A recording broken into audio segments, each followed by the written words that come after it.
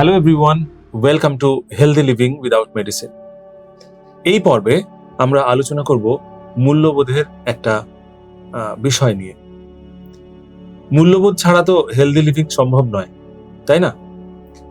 আমরা যখন healthy living এর কথা বলি তখন অবশ্যই আর মানসিক স্বাস্থ্যটাও কিন্তু ইম্পর্টেন্ট হয়ে পড়ে। আমাদের সুস্থ জীবনের জন্য আমাদের যেমন শারীরিক স্বাস্থ্যের প্রয়োজন, সেরকম কিন্তু আমাদের মানসিক স্বাস্থ্য অত্যন্ত জরুরি। আজকে আমরা আলোচনা করব অ্যাক্ট অফ কাইন্ডনেস নিয়ে, এবং এই জন্য আমাদের স্টুডিওতে উপস্থিত আছেন বিশিষ্ট neuro psychiatrist doctor Zakir Hossain Laskar মহাশয়। ডাক্তারবাবু, আপনাকে নমস্কার। নমস্কার। ডাক্তারবাবুর কাছ থেকে আমরা জেনে নেব কিভাবে আমরা অ্যাক্ট অফ কাইন্ডনেস অর্থাৎ দয়ার যে গুণ, সেগুলোকে আমরা আমাদের জীবনে অভ্যাস করতে পারি। ডাক্তারবাবু, আপনি আমাদেরকে বলুন যে আমরা দয়া মানে অ্যাক্ট অফ কাইন্ডনেস কিভাবে আমরা প্র্যাকটিস করতে পারি আমাদের জীবনে। একদম, আপনি খুব সুন্দর শুরু করলেন প্রসঙ্গটি, যে সত্যি মানে আমরা তো জানি সবাই যে দয়াই হচ্ছে জগতের সবচেয়ে বড় ধর্ম, এই দয়া পরবশতা।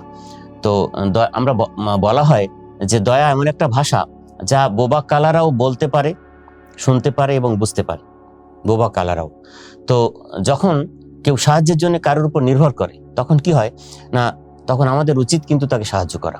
সাহায্য প্রার্থী মানে তার সত্যি প্রয়োজন, কেননা আমার যদি কোনোদিন সাহায্যের প্রয়োজন হয় আমি কি আশা করি যে আমি সাহায্য পাবো, তেমনি অন্য যখন আমাদের কাছে সাহায্যের জন্য প্রার্থনা করে তখন কিন্তু আমাদের এগিয়ে আসা উচিত, এবং সেইটা আসবে কিন্তু এই দয়ার বোধ থেকে।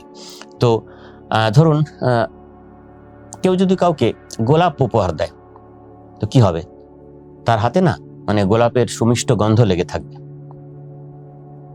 ঠিক না?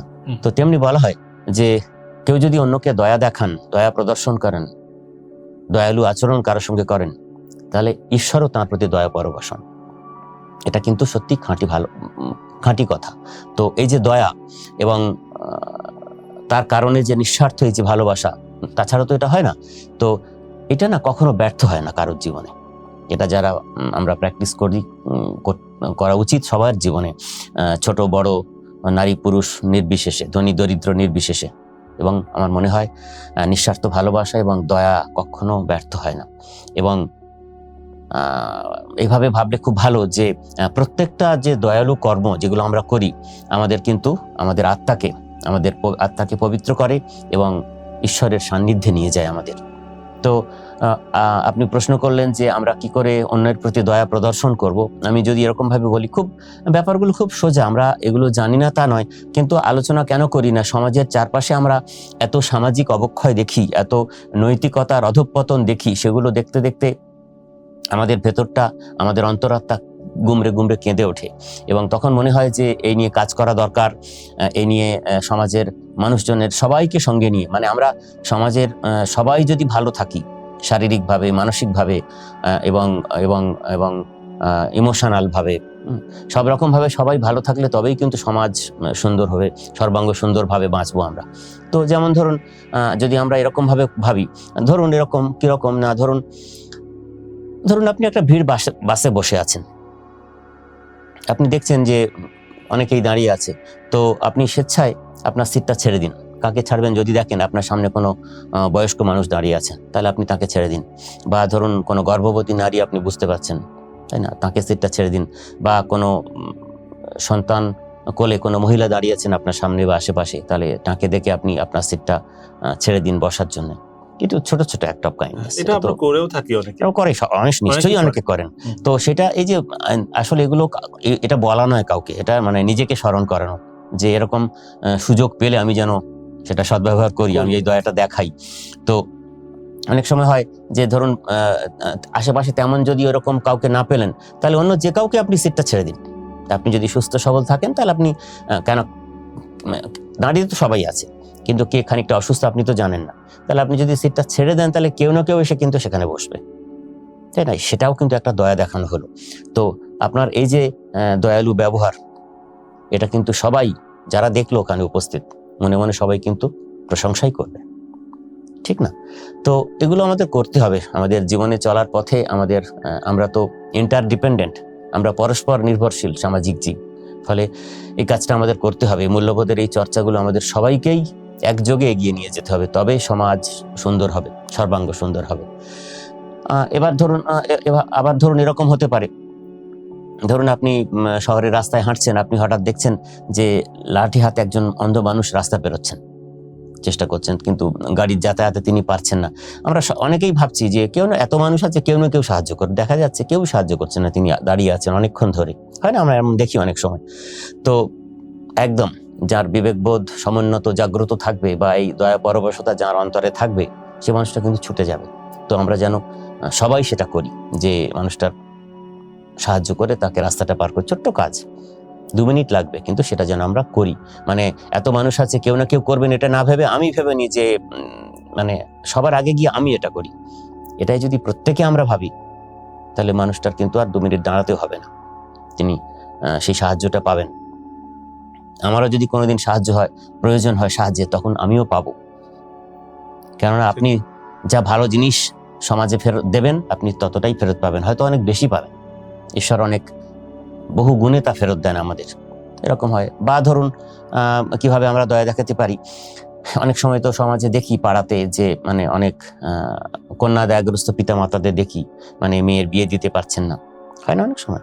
তো তার পাশে তো মানে বন্ধু বান্ধবরা মিলে, সবাই মিলে তাকে আর্থিক সাহায্য করতে পারি আমরা। চাঁদা তুলে তার মেয়ের বিয়ের জন্য যথাসাধ্য ফান্ড তুলে তো দেওয়াই যেতে পারে। অনেক বড় কাজ, কিন্তু এটাও দয়া দেখানোর একটা উত্তম পন্থা। এটা তো এই সমস্যা আমাদের চারপাশের অনেক মানুষের থাকে, আমরা এটা করতে পারি। তো এবার আমি একটু বলবো যে প্রফেট মুহাম্মদ এক জায়গায় বলছেন যে প্রত্যেকটি দয়া প্রদর্শনের কাজ হলো এক অর্থে মানব সেবা। এই যে কথাগুলো এতক্ষণ বললাম, তো তিনি বলছেন যে প্রত্যেকটি দয়া প্রদর্শনের কাজ হচ্ছে কিন্তু মানব সেবা, হিউম্যান সার্ভিস। তো দয়া হচ্ছে হৃদয়ের মধ্যে লুকিয়ে থাকা মণিমুক্তর মতো। এটি ছাড়া তিনি বলছেন যে হৃদয় আসলে একটা ফাঁকা খোলস মাত্র। খুবই সত্যি কথা।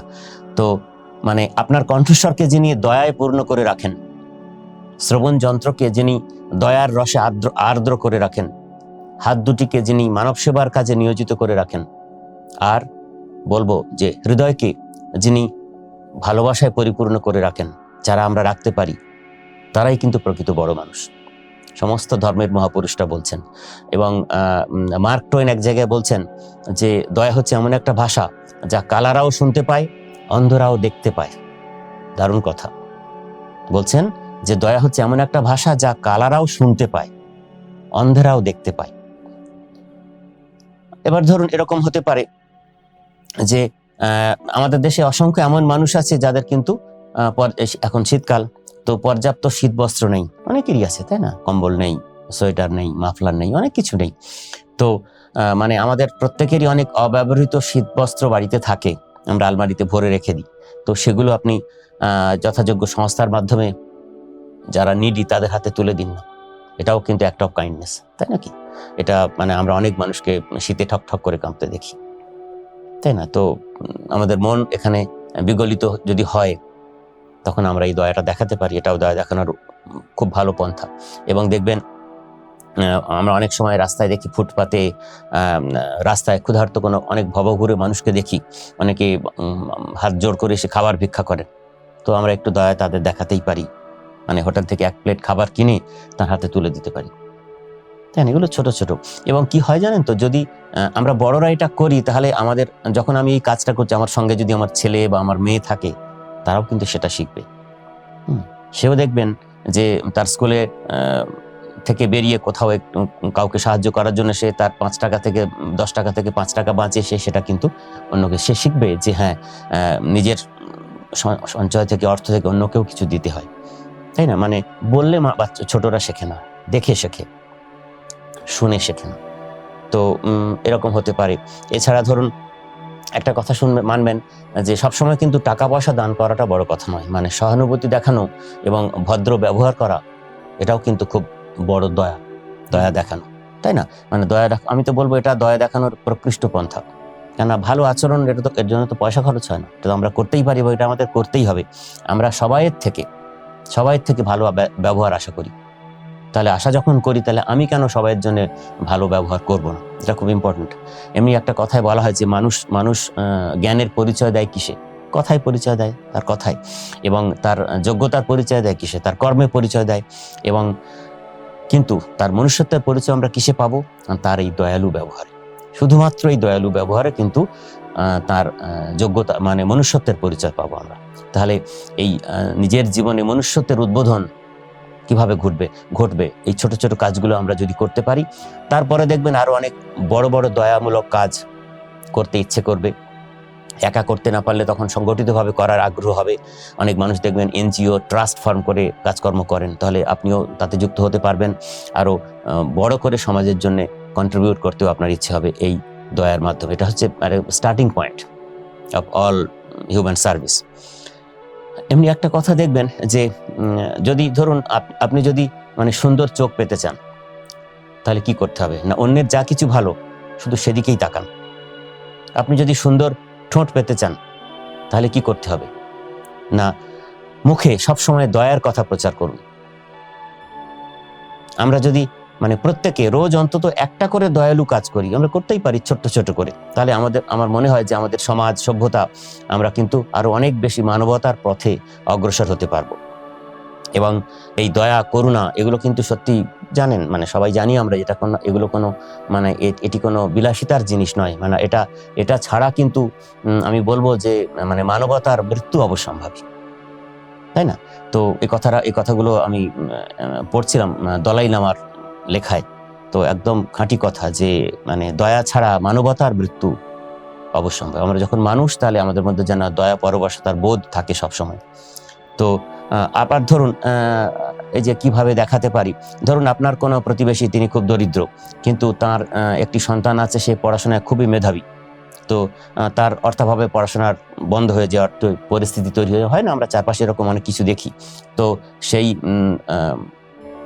গরিব ঘরের মেধাবী ছাত্রটির জন্যে তার পড়াশোনা চালিয়ে যাওয়ার জন্যে আমরা বন্ধুরা মিলে মানে সবাই মিলে চাঁদা তুলে তার পড়াশোনা চালিয়ে যাওয়ার জন্য তাকে যদি আর্থিক সাহায্য করি, সেই গরিব বাবাকে যদি তার সাহায্য তুলে দিতে পারি, তাহলে তার সন্তান পড়াশোনা করে সেও কিন্তু সমাজের, সে যদি অন্যের সাহায্য নিয়ে বড় হয়, সেও দেখবেন তার ভেতরে সেই বোধ জাগ্রত থাকবে।